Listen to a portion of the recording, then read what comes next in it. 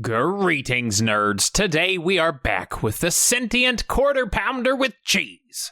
Off to go hunt some bad guys and breathe heavily enough to speed up global warming significantly. So let's go look at his hairline try to run away from his face because this is Redeye Reviews.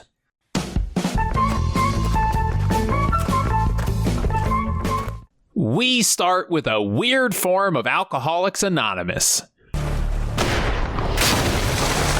thing about shooting is you have to feel it. Yeah, you almost develop a sixth sense. It's gotta be that special low-calorie beer, which, means that you can just have more of it. But our man quickly goes off script. You really have to become one with your gun, one with the target. Every time you take somebody out, every kill is a different feel. Yeah, become one with the gun. Grab your barrel at the base and push those bullets out hard. But they talk about the next super long shot that Seagal has to make. And this guy is rightfully worried. We're gonna have to take one hell of a long shot, right? This ain't my first barbecue. I don't think I'll miss. Oh, please. He's been to so many barbecues, bro. I mean, sometimes I see him just walking around trying to sniff out cooking meat. But we cut on over to a bad guy meeting. We see this belly dancer just, really putting on a show. And then they cut to a wide shot, and she's a foot away from them, dancing without music. Homeland Security. I'll tell you.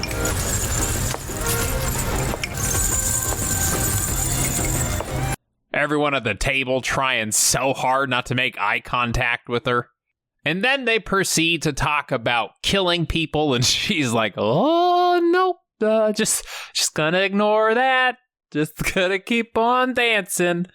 Outside, our gang is spying on that meeting. Why don't you get out of that ridiculous costume and that place smells good, man. Transmission's crystal clear. It's like he's trying to speak to me, I know it! And after that meeting, we see our IT girl has decided that she wants to be a field agent, and now she's ready for her first job. The job? To throw herself out of a moving car directly at the bad guys. It was not thought through. What happened? Are you okay? You want us to call the police? No, but I get a different feeling off of you. Do you think you can give me a ride back to my hotel? And it's very convincing. It's super good. It's incredible how quickly you got over your recent traumas. So she starts flirting with our bad guy. She's picking asphalt out of her forehead from her recent tumble. And he is like, well, I see nothing wrong with this situation. Let's go hang out alone someplace. As they leave, the only smart guy in the bunch is like, okay, all right, clearly that was a trap. So he tries to call for backup. He's calling up the food chain. I'll catch up to you.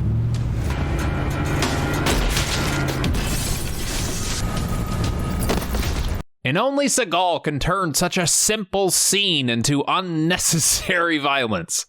The man caught fire. He caught fire. Why?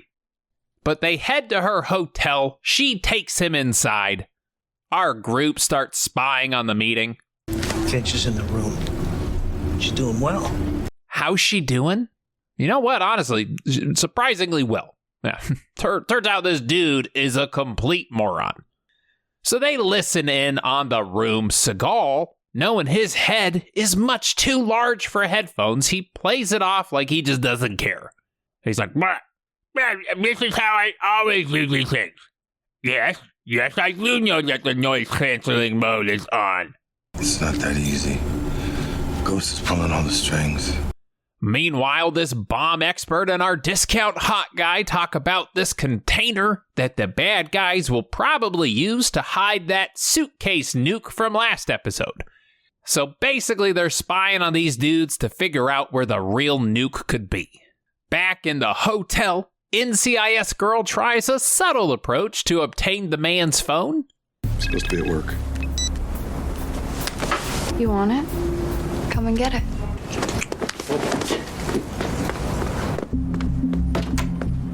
Or not. No, just grab it and run into the bathroom like a crazy person. You won't mind if I call them back and tell them to stop. Hey, turn it off. It's kind of starting to feel like The Walking Dead, where they're like 3 years into the apocalypse and yet they still make stupid mistakes every single day. How are they still alive? How? But honestly, it's impressive. But he gets his phone back. He looks at like the 30 missed calls from his fellow bad guys. And he's like, okay, I keep getting calls from people telling me this is like a really bad idea and that you're probably definitely some sort of plant. So I'm going to leave you alone for a moment, just with all my stuff out there. And I'm going to go in the bathroom and make a phone call. Then he calls his boss and he's like, bro, I'm trying to get some right now. Can't you see that I'm bad at making decisions? Nah. He's worried that Hassan will get sloppy. He hasn't called the airline yet. But this Bashir is going to be a big problem. And then when he leaves the bathroom, our girl is nowhere to be found. Where did she go? Well, she got kidnapped. Yeah, his coworkers were like, okay, he's clearly a moron. We should definitely handle this ourselves. We are taking him for a little ride. What is your problem, Bashir? You think you run things? You think this operation belongs to you? Seagal shows up. He kicks some major ass. Maybe you're in the wrong place at the wrong time. Too bad for you. That should be my line. He's like, hey, I really like talking to you and stuff, but I just killed some dudes like literally right there. So maybe we should leave. and she is like, no, can't do that. I can still do this. What am I doing at this point? Honestly, I'm not quite sure. We already have his phone data, but I guess I just like staying in harm's way. Okay. So she runs back into the guy, and he's like, okay, something is definitely wrong with this situation. And I think you're not being honest with me. So she says, My boyfriend is a player in the Mexican Mafia. Mexican Mafia? Yeah, of course. Makes total sense. Bad guys are famously attracted to other bad guys. All right, Sims, Johnny, we're good to go. They'll be out of the garage in a few seconds. Hit them on the ramp. Our agent friend even pretends to be her jealous boyfriend.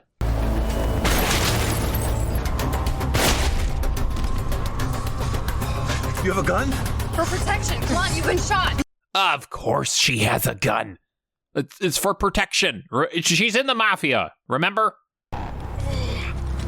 You okay? Yeah.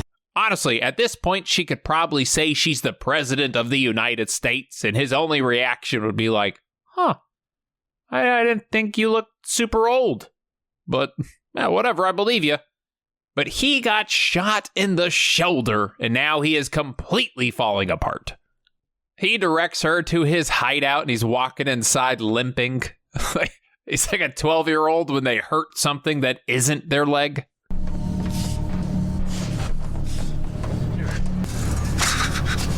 Okay, stay with me. And then, as she goes to leave him inside, she turns around. Don't go. Before it's too late. Yeah. He shoots her in the back. And I'll be honest, expectations subverted, sir. I did not see this coming. But before this, he did radio for his boys, so they have now shown up. Our gang also shows up. I'm going in and secure the perimeter. I'll get Finch. All right, Johnny Sims. Take the south and east access. Take them out. We get some fights.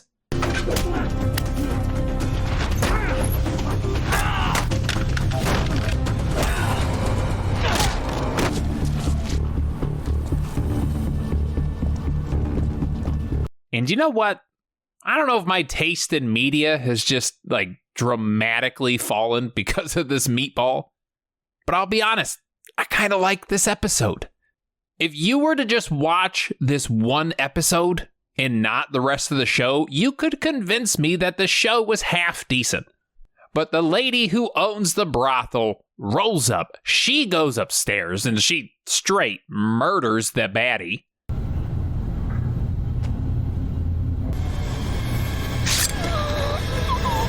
which makes the whole IT girl storyline not matter at all. As Seagal walks inside, he sees the IT girl's body, who, by the way, appears to be very dead. And that's a shocker, I'm gonna be honest. So our man is getting ready to snatch every motherfucking birthday. But he's classier these days, okay? Those are the old Seagals, this is the new Seagals. So he says it in a more sophisticated manner. Johnny Sims, they got Finch. I'm gonna kill every one of these guys with great pleasure. The greatest pleasure I shall have in dispatching these hooligans. So there are more fights. At one point, this man delivers a flying clothesline. Then downstairs, Seagal rolls a natural 20 on his stealth, and he becomes the sneakiest farm animal I have ever seen.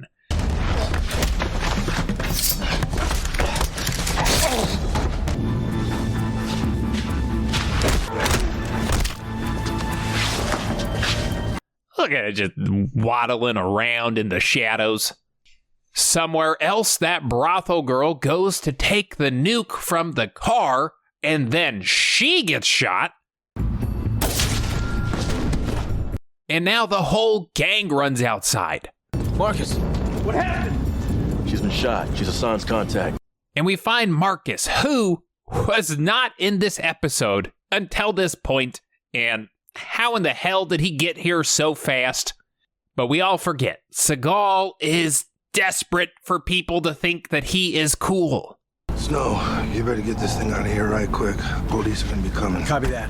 And he's like, hey, it's all good. It's all good. I definitely heard a gunshot, and then you said somebody shot her, but you're here, and you weren't here before. Pretty sure you might be the bad guy or something, but nah, we're cool. The other two guys are looking around. They're like, you seeing this? He's definitely a bad guy, right? No? Well, okay then. You got here quick. You got it. Thanks, King. You saved my ass again. Still know who the good guys are? So we cut to a meeting with our very Russian, totally not local Vancouver guy with an accent. I am minute early. You're going to make me stand here for 60 seconds. I am a minute early. Now let's go drink some vodka and smoke cigarettes today because I am Russian. But he meets up with this guy about a piece of the nuke that they're building, and it makes no sense. He shows him the thing. He then reads the serial number off the device. 104 296 331 177. Our man then recites the code by memory like Rain Man. I don't know why. He's just trying to show off, if I'm being honest. Serial number is 104 296 331 177. The dude then writes that number on his hand, proceeds to take a picture of his hand, and then he wipes the number away to remove the evidence. You know, the evidence that he just took a picture of and is honestly probably being loaded into the Google photo cloud as we speak. But the weird doesn't stop there because the dude just leaves. He doesn't even take the thing. So our totally Russian guy brought the device to like show off his memory skill, and then he leaves with the same device. I don't get it, but I don't think they get it, and the writers definitely didn't get it. But hey, it's over now, so let's head on over to Redeye Reacts. One with the target. But every time you take somebody out, every kill is a different feel. It's a whole new feeling. It's like a mixture of gas and indigestion. I cloned the phone. We're set. Dynamiting the phone now. Yeah, it's pretty simple. I'm converting the minds, encrypting the signal, and then, reverse uploading its mirror to order to allocate enough RAM to unlock its vector files. Come on, guys. It's pretty standard stuff.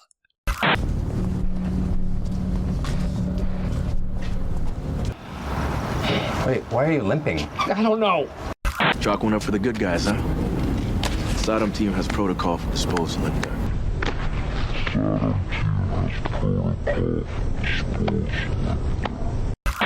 I'm crazy about big words. I'm crazy about women too, but I don't understand them either. That is it. Thank you so much. As always, a huge shout out to my patrons. That's everybody you see on the list. There's some great names, there's some short names, there's some long names, but they're all my favorites. If you want the power to vote on what we watch on the channel, I have a link down below to sign up for the Patreon. I have a Discord down below. I have a merch store down below. I will see you next time, and until then, stay happy and stay healthy. Protocol disposal.